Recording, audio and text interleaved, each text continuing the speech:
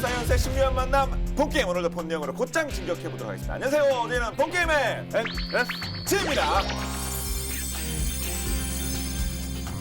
네, 오늘의 주제 무엇일지 바로 영상을 통해서 확인해 보겠습니다.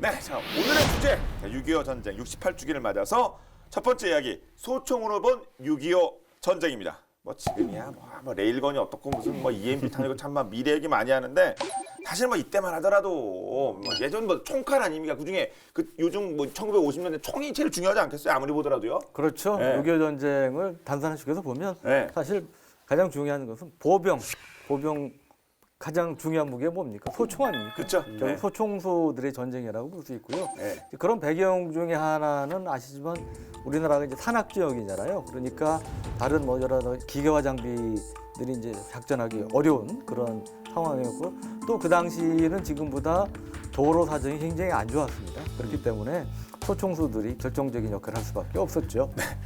1948년에 남과 북의 이제 두 정부가 수립되고 참 어수선했을 텐데 뭐 소총도 그렇지만 전체적으로 좀 군사적인 상황 네. 뭐 이렇게 좀 그 상황을 좀 짚어주시겠어요?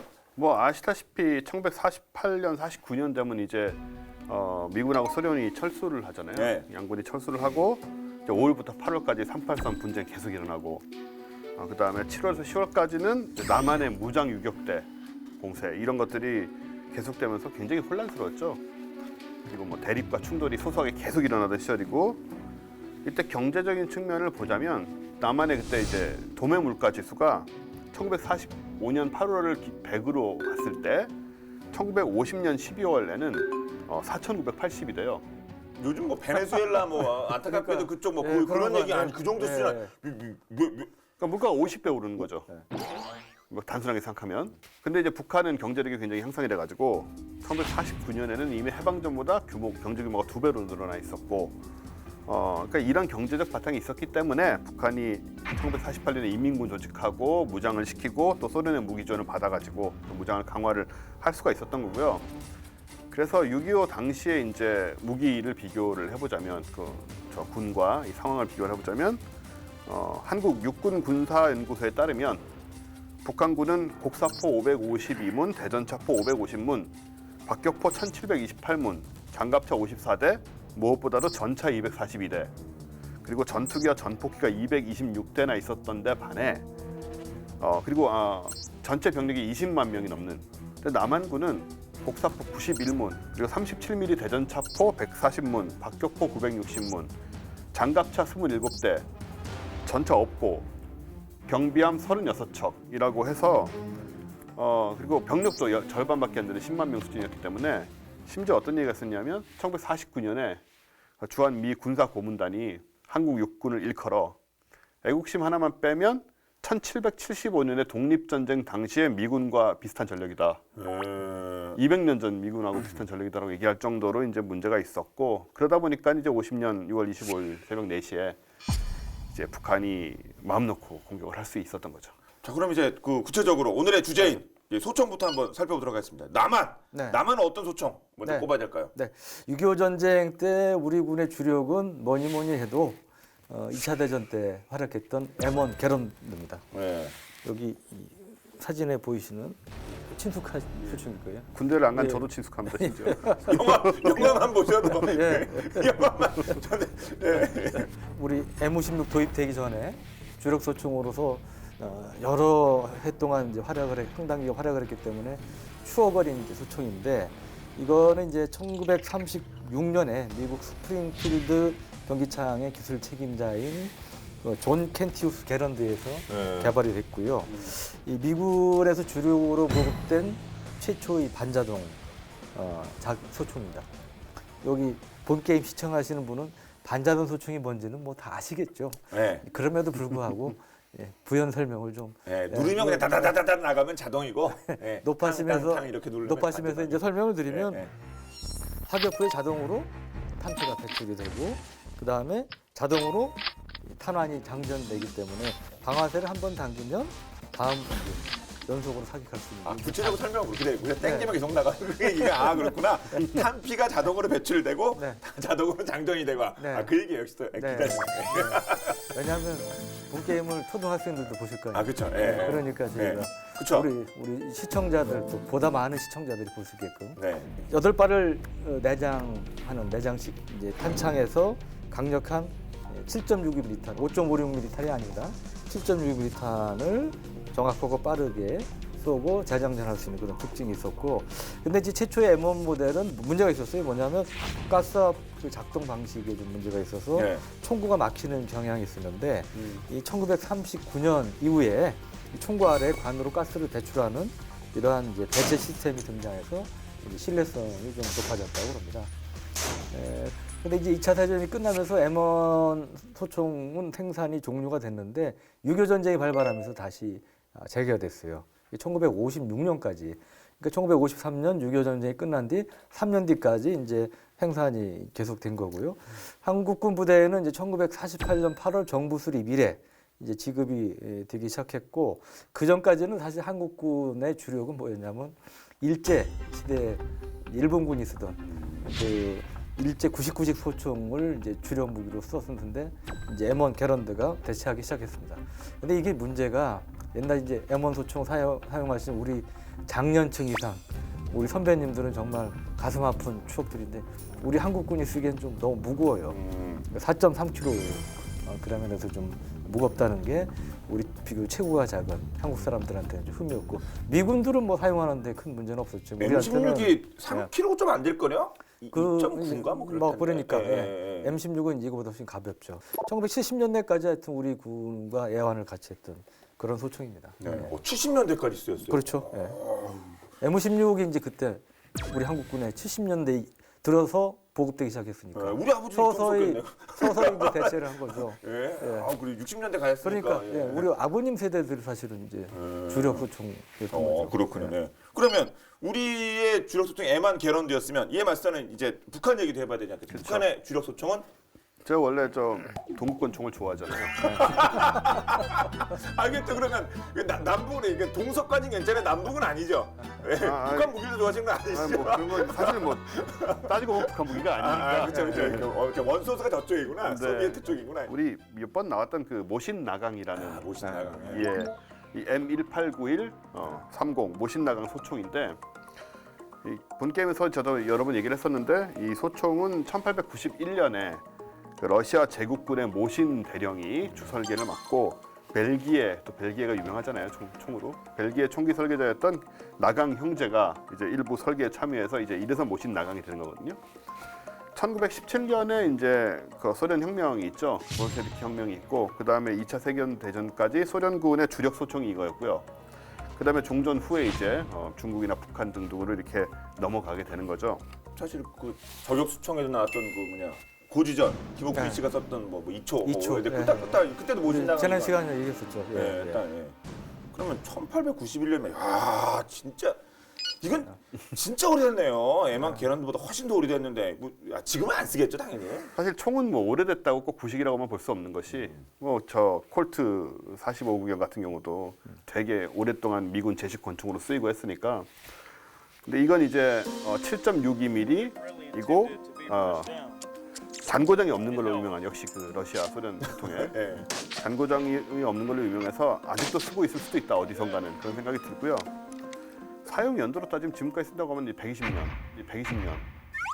이상이 된 건데, 옛날 러시아 총기들이 다 그렇듯이 이게 구조가 엄청 단순해서 이제 유지 보수가 쉽고 고장이 잘 안 나고, 그리고 이 바디가 나무잖아요.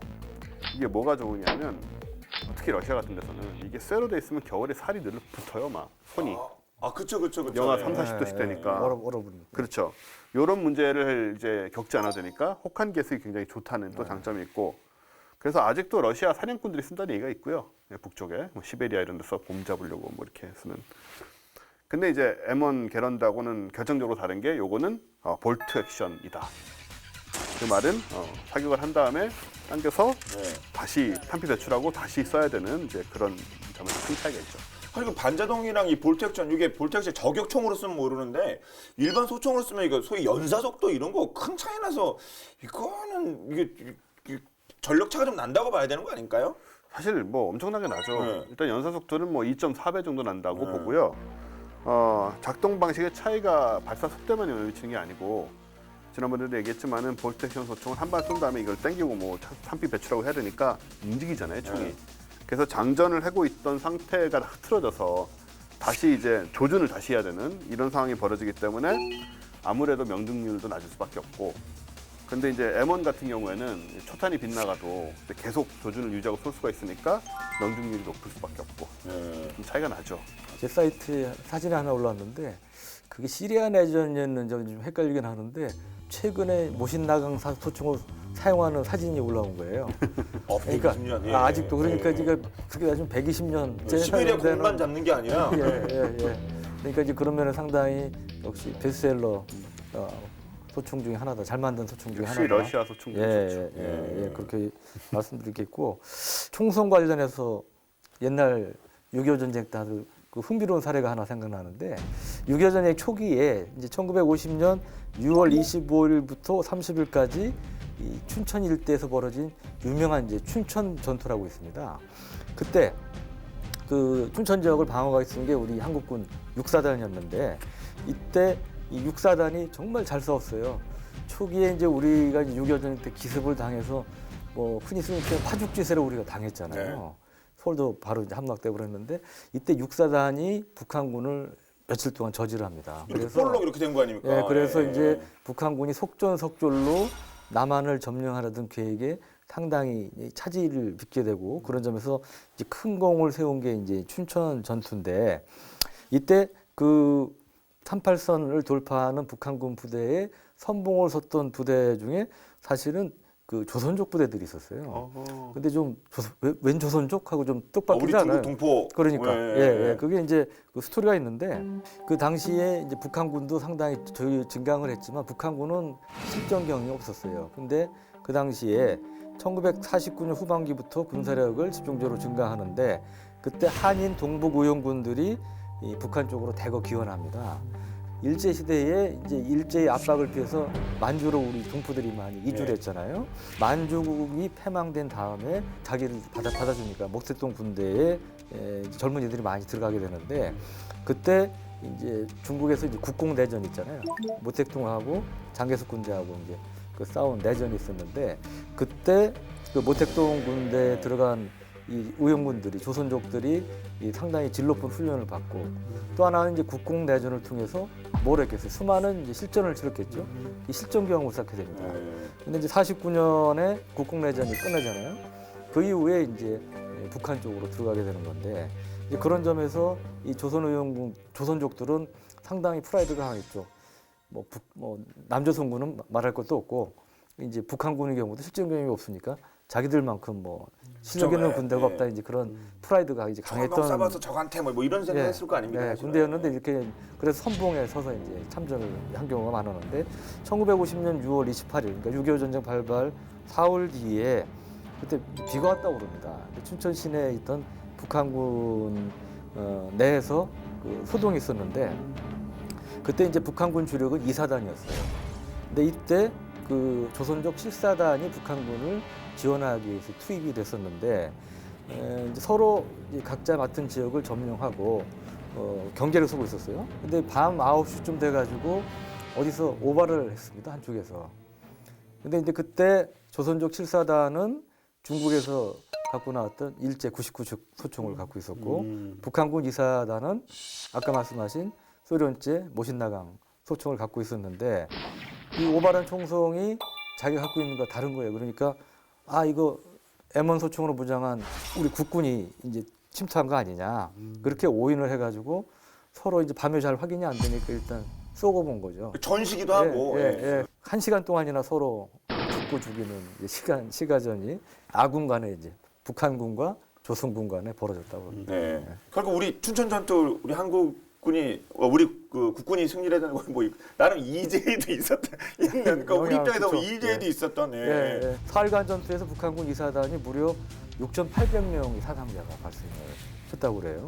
그래서 거의 일개 사단이 괴멸되는 이제 그런 수준의 피해를 입었는데 우리 육사단은 이에 비해서 불과 350명 전사, 350명 부상의 피해를 입어서 대승을 거둔 전투였고요. 이에 따라서 이 북한군 이사단이 원래는 48시간 이내에 춘천 가평을 지나가지고 수원까지 진출을 해서 이 서울 쪽에서 퇴각하는 한국군의 테러를 차단하려고 그랬는데 그 계획에 차질이 빚어진 거죠. 예.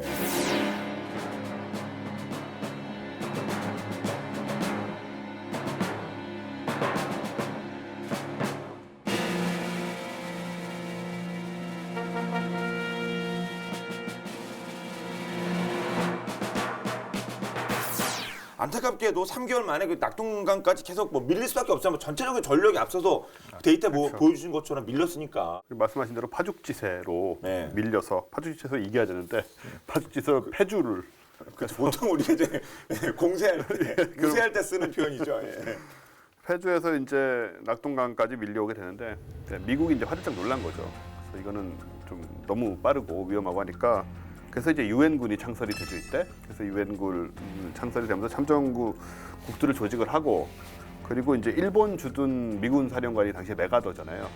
메가더한테 이제 인천 상륙 작전을 해서 서울을 탈환하자 이런 계획을 잡게 되는데 인천 상륙 작전은 전쟁에서 굉장히 중요한 그런 작전이기도 하지만 또 이 전통적인 승리의 비법이 되어온 망치와 모루 전법이라고 해요.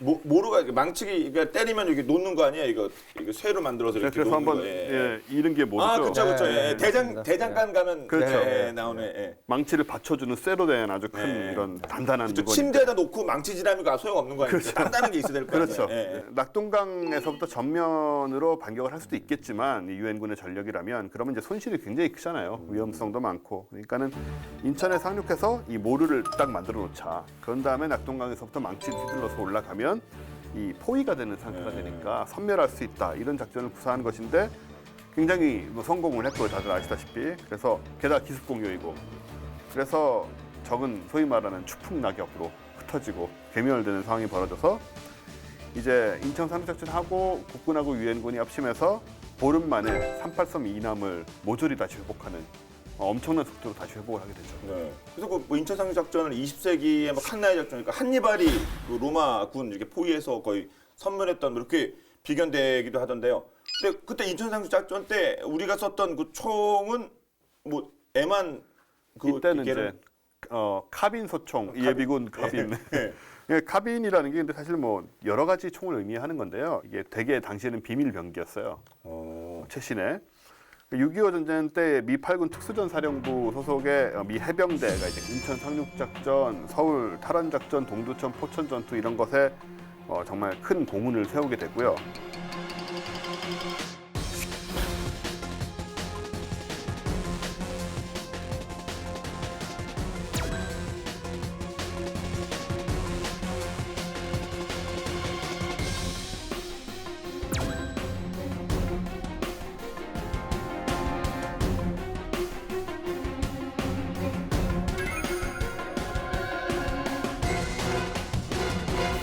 저 군대 생활했던 90년대 중반에도 예비군 훈련할 때는 이 애만 총이 있긴 있었거든요. 그래서 네, 짧은 거. 예, 그 애만 카빈인가 그잖아요. 네, 그거 네, 왜 네. 그거 예. 그거 진짜 있었거든요. 그거 엄청 좋은 총입니다. 왜냐면 가볍거든요.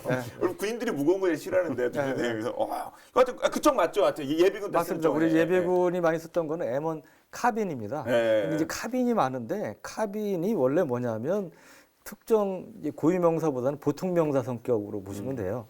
원래 총이 있으면 그걸 좀 짧게 만든 단축형을 이제 카빈을 이런 아, 표현을 그래요? 많이 씁니다. 예, 예. 이 소총. 그래. 예, 아주 충직하시죠. 예. 계산이 이제 있었을 때 연풍면 행천리에 있었거든요. 있었어요. 공비 토벌 작전하고 이럴 때도 예비군 출동하고 그러면 이거 뭐 외국인들 많이 하시고. 당시 예비군들이 드시기에 M16은 무거웠어요. 네. 군기가 요즘이랑 다르거든요. 옛날에 요즘은 군기 엄청 셌는데 요즘은 네. 예전에 안 그랬기 예비군들은 피곤하잖아요. 아, 항상. 일어나기 힘드시죠. 힘드신데 참들라고 하는 거는 이거 너무 큰 부담이죠. 그리고 M1 계란들 긴 거 이렇게 주면 질질 끌고 아 그렇죠. 아 그건 안 됩니다. 옛날 얘기입니다만은. 옛날 얘기입니다. 저도 20몇 년이 넘었는데. 절대 지금 예비군 훈련 받으신 말씀이 않으시니까. 그렇죠. 요즘은 예, 이제 오해하지- 빨리 퇴소하기 위해서라도 열심히 받으신다고 그러더라고요. 오해하지 마십시오. 아, 그럼 항의 댓글 달리죠. 90년대 중반 얘기입니다. 그리고 제가 했기 때문에 나름 들은 얘기가 아니라 제가 해서 말씀하시죠. 예. 우리 한국군 주력이 이제 K2 소총 있잖아요. 네. 그 K2 C형이라는 게 나오는데 카빈형. 마찬가지 그 그랬어요? 줄임, 길이를 줄인 이제 카빈형도 나오고 그랬는데. 근데 이게 이제 또 한 종류가 있는 게 아니고 여러 종류가 있어요. M1 카빈 외에 그 본격적인 자동 사격을 기능을 가진 M2 카빈도 있고 또 적용용 M3 카빈이 있어요. 이 적용 M3 카빈은 뭐냐면 이 6.25 때 이 야간 조준경에 달린 소총 상상이 되세요? 예.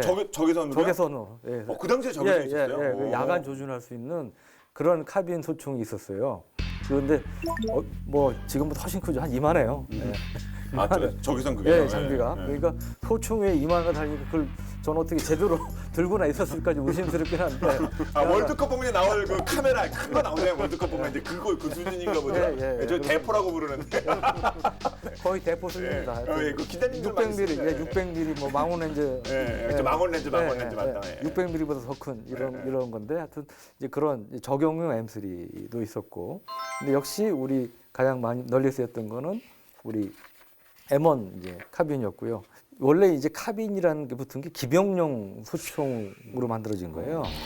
기동성을 요하는 뭐 포병, 통신, 군수, 뭐 정비 이런 근무자들에게 좀 보다 간편하게 다룰 수 있는 소총을 주자 이제 그런 차원에서 이제 만들어진 측면이 있고 1930년대에 이제 그 M1 카빈이 만들어졌는데 무게는 2.49kg.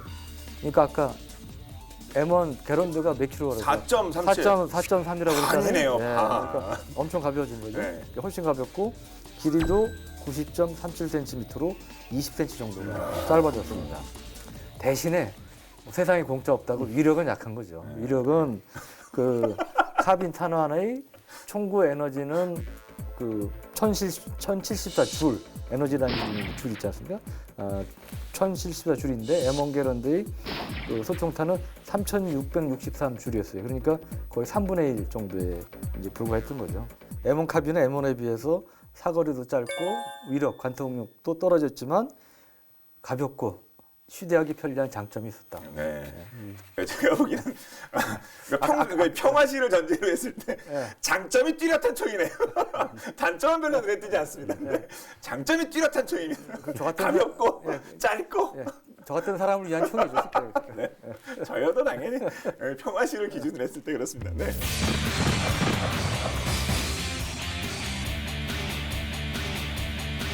카빈 소총은 기본적으로 이제 기병은 없으니까 해병대하고 궁합이 잘 맞죠. 미 해병대에 지급이 됐던 이유가 탄환이 녹이 쉽게 쓸지 않는다는 점이나 뭐 크기도 좀 작고 가볍고 하니까 육중한 군장을 둘러매고 상륙 작전을 펼치고 뭐 이래 되잖아요. 해병대들은 경우에 따라서는 밀림, 교전 뭐 이런 입장에서는 휴대하기 편한 게 굉장히 중요하지 않습니까? 나무에 걸리고 막 또 정글에서는 그런 일도 생기는데 그래 총탄의 내구성도 좋으니까 굉장히 좋아했다. 근데 이제 이게 흑역사라고 한다면 그 역사상 가장 치열했던 3개 동계 전투 중 하나로 우리 장진호 전투를 뽑잖아요. 근데 영하 30도에 장진호 추위에서 이 M2 카빈의 경우는 걸핏하면 이제 얼어붙어가지고 작동이 안 되는 거예요. 심각한 문제인 거죠. 얼어붙어 총이 안 쏴지니까. 그리고 살상력도 이 장진호 전투 때는 저 누비옷을 두껍게 입은 중공군들 당시에 쳐들어왔는데 이 누비옷을 뚫지를 못했다 총알이. 이 누비옷을 뚫지를 못했다 총알이.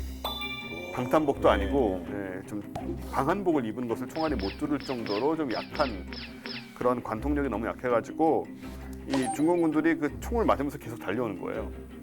그러니까 이쪽 입장에서 보면 되게 기분이 언짢지 않았겠어요? 사람인가? 뭐 언짢을 수도 있고 현대에서는 우리가 무서울 수도 있거든요. 좀비 게임에서 M2는 어떻게 만들었길래 그 총이 그 겨울옷을 못 뚫? 파카 이런 거 그래서 파카를 못 들었대 지금. 독바. 네, 네. 야상은 뚫었겠네. 그래서 M2는 사실은 이제 보조 무기로 사실은 이제 활용이 됐고 이제 방어형 성격의 무기였어요. 그런데 그런 M2 카빈을 갖고도 빛나는 승리를 그래요. 우리가 이제 빚은 그런 사례도 있습니다. 네, 흑역사가 있으면 또 이렇게 반대 역사 또 살펴봐야죠. 빛나는 이제 한만 국경 근처까지 우리 한국 국군하고 유엔군이 진격하지 않았습니까? 그때 이제 뭐 중공군의 개입으로 인해서 다시 후퇴를 해야 됐고 이른바 이제 평택, 원주, 삼척 이거를 델타 라인이라고 불리는데 여기까지 이제 후퇴를 해야 됐는데 이 시기에 1951년 1월 12일부터 14일 사이에 경북 문경까지 북한군이 침투하는 사건이 발생해요. 그러니까 경북 문경이면 아까 말씀하신 평택 델타 라인에 상당히 떨어진 아래죠. 후방 예, 지역이잖아요. 그때 이제 그 아군 300여 명이 그 M2 카빈 전원이 M2 카빈으로 무장을 하고 경계를 하고 있었는데 그때 이 대대 규모가 우리가 지키고 있었는데 북한군은 연대 규모였다고 합니다. 그런데 5번이나 북한군이 연대 규모가 공격을 했는데 주야로 밤낮으로 사흘간에 걸친 전투 끝에 계속 물리쳤다는 거예요, 북한군은. 대대하고 연대랑 보통 세 배, 네 배 차이 아닙니까? 그렇죠. 대대 세 개, 그렇죠. 네 개 서너 되면 개 연대인데. 하는 거죠. 예. 근데 어떤 상대가 누구였길래? 그때 이제 북한군 입장에서도 최정예 사단으로 부대로 평가되는 그러한 최정이었어요, 최정에. 예, 최정예 사단 중에 이제 그 일개 연대 병력이었다는 거죠. 네. 근데 이때 그 아까 말씀드린 문경 지역이 침투했다고 그러는데 그 델타 라인에서 우리 한 70km나 떨어진 후방 지역이었던 거고 또 전략적으로도 대구까지 가는 중요한 요충로였던 거죠. 여기가 뚫리면 우리 후방 방어선, 우리가 결사적으로 여기서 방어선이 뚫릴 수 있는 상당히 이제 위기 순간이었는데. 형님 예. 잠깐만 이제 예. 거기가 왜 중요한 문경이 왜 중요한지를 제가 잠깐 좀 말씀드려도 될까요? 시간 좀 네. 내주신다면. 아, 네. 장교 출신으로서. 네. 제가 근무를 괴산군 네. 이화령에서 했거든요. 네. 이화령이 어디냐면 이화령이 아시면 충북이랑 경북으로 넘어가는 딱 네. 이 뭐냐 중요한 요지예요. 그러니까 거기를 지나갑니다. 그래서 제가 거기 이화령에 소대장을 했어요. 거기 왜 거기 있었냐면 안동에서 유사시 안동에서 증원돼서 그 북쪽으로 올라가고 예비군을 지키기 위한데요. 문경이라고 했죠. 네.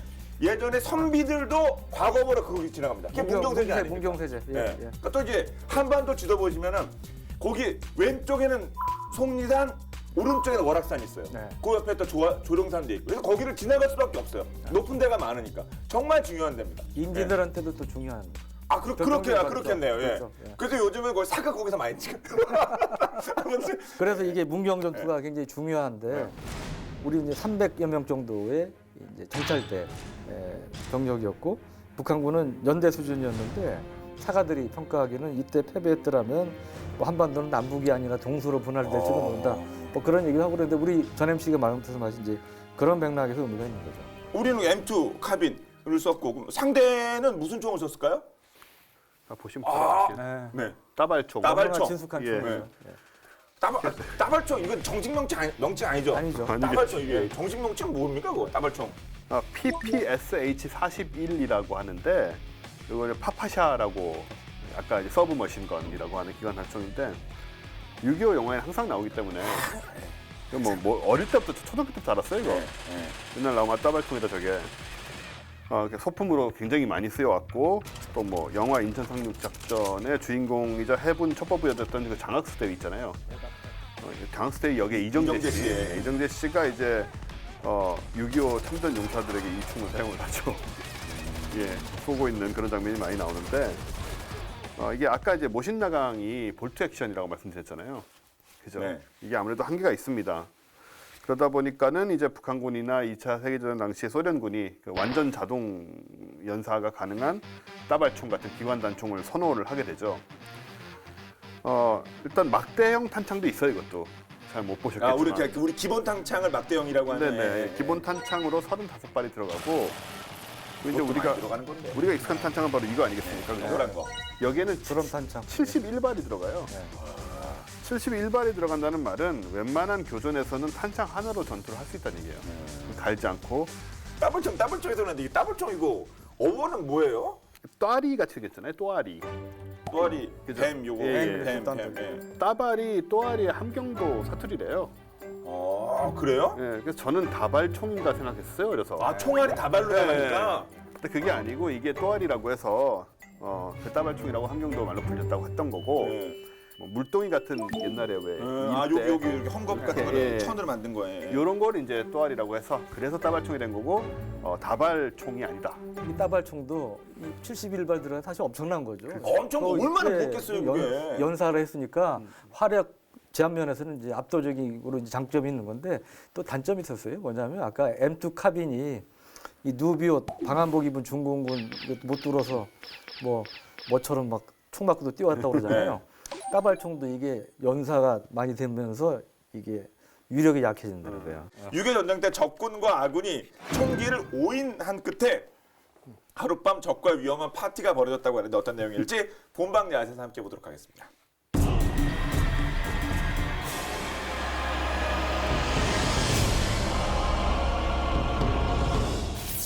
멋진 사진 속의 이병사들 과연 누구일까요?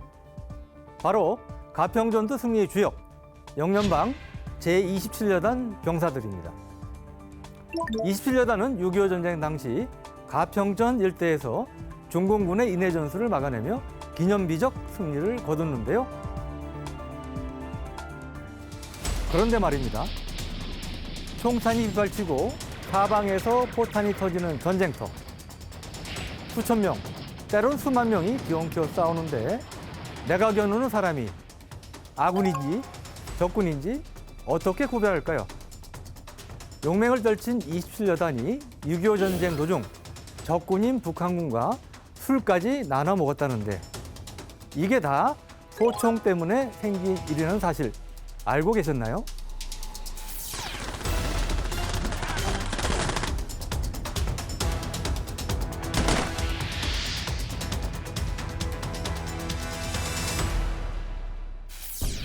때는 1950년 인천 상륙작전 직후로 거슬러 올라갑니다.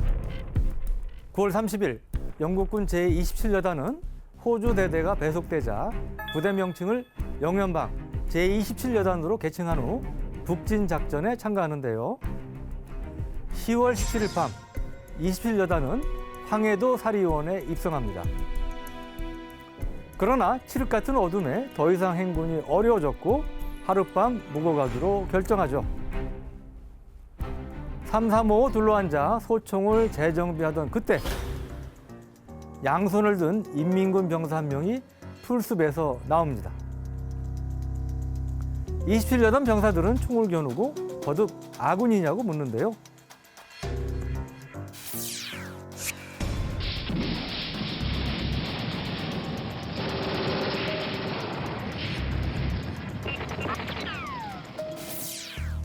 영어를 할 줄 몰랐던 인민군 병사는 한국말만 되풀이하다 다시 풀숲으로 뛰어들어갑니다. 그리고 곧 부대를 끌고 오는데요. 부대원들의 얼굴에는 화색이 가득했고 손을 흔드는 부대원도 있었습니다. 27여단은 그 모습을 보고 지원군이라고 생각해 포옹으로 환영해 줍니다. 서로 담배를 바꿔 키우기도 하고 술도 나눠 마시죠. 어떤 인민군 병사는 자기 모자에 붙은 별을 떼어 기념으로 주기도 했는데요. 그런데 한 영국군 중위 어깨를 툭 치고 지나가는 인민군 병사 한 명이 이런 말을 합니다. 야, 이제 살았다. 소련군이 오셨어. 스탈린 동지 만세. 중위는 한국어를 전혀 몰랐습니다. 그러나 스탈린이라는 단어는 분명히 알아들을 수 있었죠.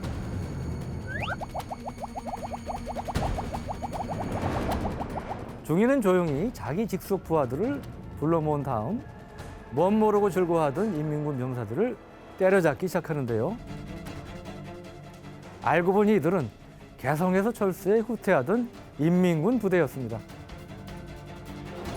이 모든 것은 소총 때문에 일어난 착각이었는데요. 인민군이 27여단을 소련군으로 착각한 이유는 27여단이 노획해 사용하던 모신나강 때문이었습니다.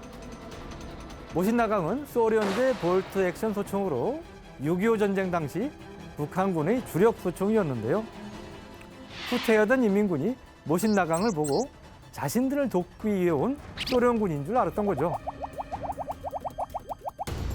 27여단에는 그 무렵 미 14사단 소속 카투사가 도착하기로 돼 있었습니다. 그런데 하필이면 인민군과 맞닥뜨릴 당시 통역을 해줄 병사도 인민군 복장을 식별해줄 능력이 있는 병사도 없었던 거죠. 소속이 들통나자 총격전이 벌어졌고 인민군은 총 150명이 사망을 합니다. 하지만 27여단은 단 한 명만이 전사하는 대승리를 거두죠. 27여단이 소속된 28군 사령관 워커 장군은 이 사건에 대해 보고받고 매우 즐거워했다고 하는데요. 사실 6.25 전쟁 당시 피하 식별은 참으로 골치 아픈 문제였습니다. 피하 식별을 잘못해 오인 사격이 벌어지곤 했는데 통계에 따르면 6.25 전쟁의 오인 사격 피해 사례는 제2차 세계대전 때보다 컸는데요. 미군과 국군, 미군과 영국군, 심지어 우리 국군 사이에서도 오인 사격이 있었죠. 영연방 제27여단 역시 피하 식별을 잘못했고 하마터면 북진 작전 중 타격을 입을 뻔했습니다. 소총만큼 중요한 건 역시 소통이 아닐까요?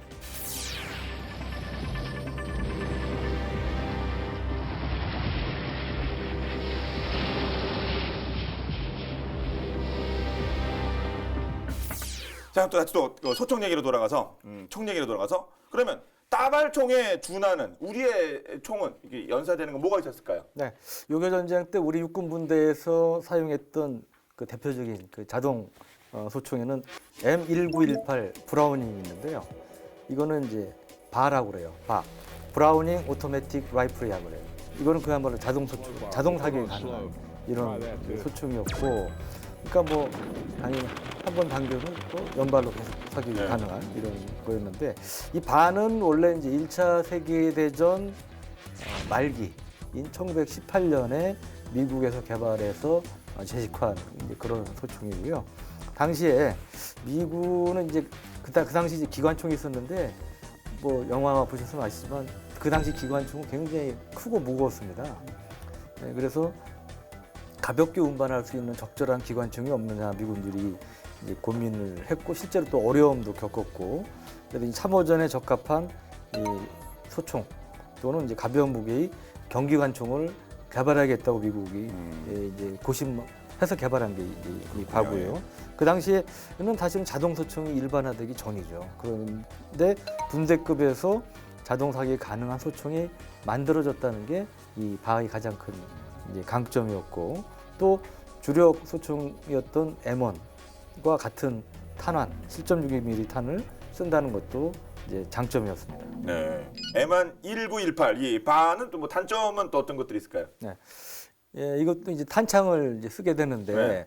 기관총은 뭐 몇십 발, 몇백 발 연사가 가능하지만, 그렇죠. 탄띠로 이렇게 연결돼 있잖아요. 연결해가지고. 근데 이거는 이 자동 소총이지만 기관총처럼 그 지속적인 사격은 이제 불가능한 게 단점이었고요.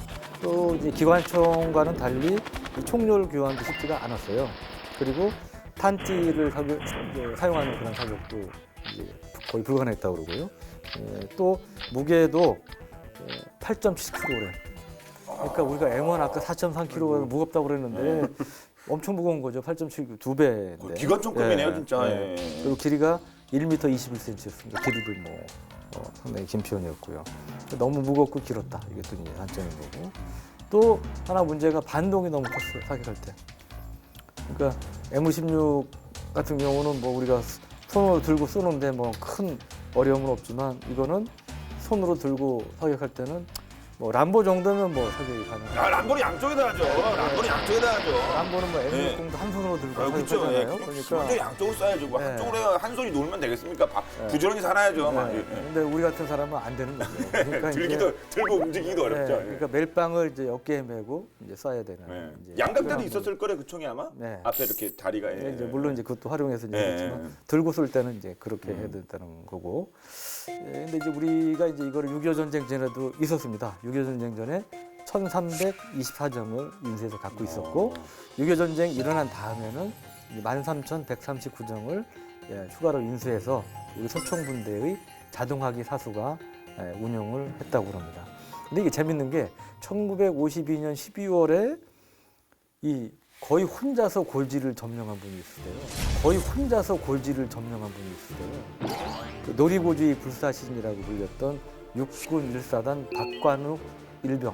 박관욱 일병이 계신데 그분이 사용했던 총이 바로 이 바였습니다. 고지를 병사 한 명이 가서 점령을 했다고요? 물론 완전히 혼자는 아니지만 네. 거의 혼자, 사실상 혼자 점령하다 집혔던 거. 아니 그런 대단한 분이 이분이야말로 좀 람보의 모델이라고 할 수 있는 람보 거의- 유상이도 진짜 고지를 1952년 12월 경기 파주 놀이고지라고 있었어요. 놀이고지의 육군 전진 6탄 부대 10중대가 고지 점령 작전에 나섰는데 적이 저항이 아주 완강했던 거죠. 그래서 아군 소대장들이 전부 전사를 하고 그래서 피해가 굉장히 컸어요. 근데 아군 잔존 병력들은 이제 7분 응선에서 엎드려만 있는 상태인데 불가능하겠다라고 모두들 생각하던 참에 엎드려 있던 10중대 이 박관욱 일병이라는 분이 갑자기 총을 들고 홀로 벌떡 일어섭니다. 그리고는 총을 든 채 힘차게 고지를 향해 올라가서 단신으로 중공군을 향해 사격을 퍼붓는 거죠. 그래서 이제 중공군들이 이게 뭔가 하고 당황해서 대응을 못하는 사이에 서로 우리도 박일병 위험한데 뭐 이렇게 생각하셨을 거 아니에요. 우리 그렇죠. 아군 예. 쪽에서 지금 무슨 일이 벌어지고 있는지 다들 어안이 벙벙하잖아요. 이럴 때는. 근데 다른 고지에서 이걸 보고는 좀 덜 당황한 다른 고지에서 이 박일병에 또 기관총 사격을 합니다. 적탄에 맞아 쓰러졌죠. 그렇게 해서 끝나나 했는데 잠시 후 일어납니다. 그리고 탄창 2개를 교환해가면서 또 단신으로 적에게 사격을 퍼붓는 거예요. 예. 람보도 이런 장면은 없지 않았나. 기관총을 맞고 쓰러진 다음에 다시 일어난다? 근데 이거를 이제 대대 관측소에서 작전 상황을 시찰하던 사람이 이제 당시 미 제1군 단장이 보고 있었던 거예요. 군단장 엄청 예. 높은 분인데. 켄달 장군이 보고 있다가 정말 경악을 금치 못하면서 이렇게 말합니다. 군대 생활 30년 만에 이분은 뭐 2차 대전이면 다 겪은 분이잖아요. 군대 생활 30년 만에 저렇게 용감한 사람은 처음 본다. 그 저병사는 초인이다.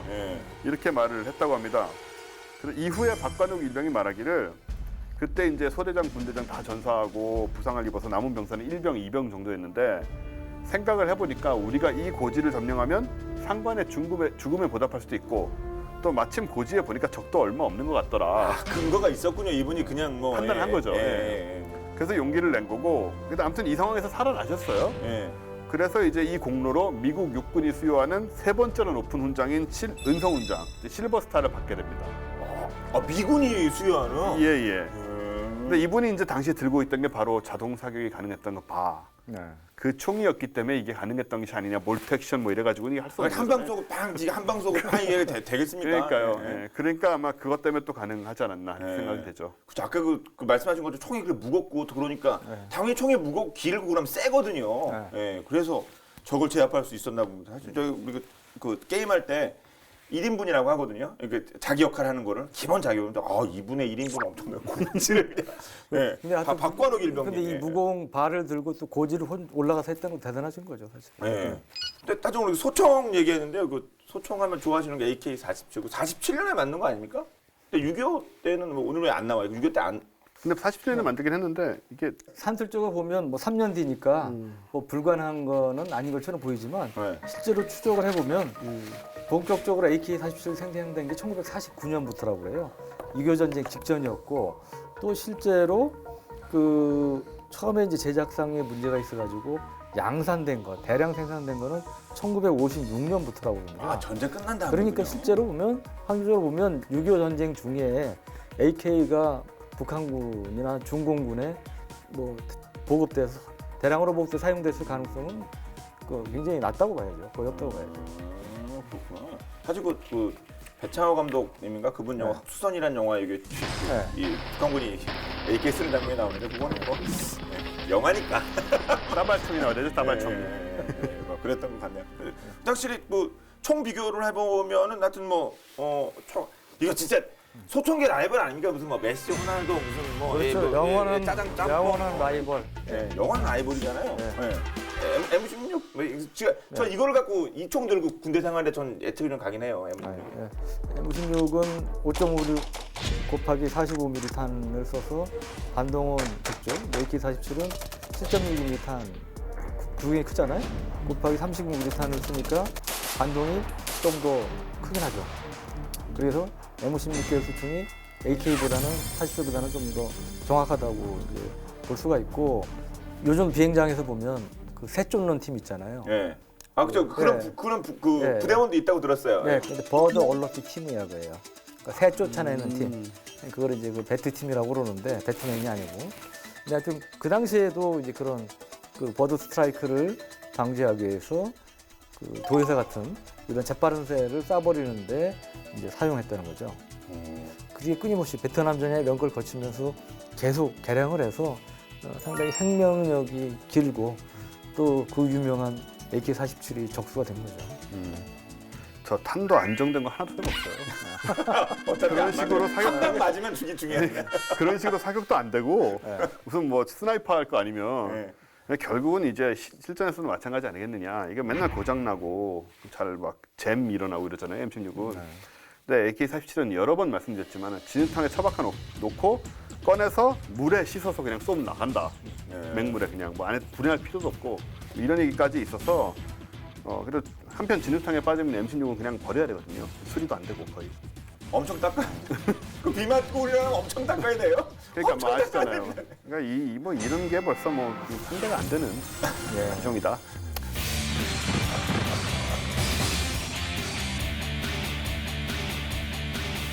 네, 이렇게 해서 오늘 여러분과 함께 흥미로운 주제로 말씀 나눠봤는데요. 다음 주는 더욱더 새롭고 더욱더 흥미롭고 더욱더 여러분의 관심을 쏙 이렇게 끌 수 있는 그런 주제를 찾아도록 약속드리면서 인사드리도록 하겠습니다. 네, 지금까지 저희는 북게임의 MMG였습니다. 고맙습니다. 네. 그렇구나. 야, 근데 아까 그 박관홍 일병님, 우와, 엄청난데요? 그 아니 밴드 오브 브라더스하고 그다음에 전에 톰 행크스 나왔었던 거 있잖아요. 뭐지? 아, 라이언 일병 구하기. 일단 아니 그 라이언 말고 해서 혼자서 뛰어들어가가지고 막 구해내고 막 그런 아, 장면들이 있잖아요. 밴드 오브 브라더스에서 네, 네. 그 중대장이다가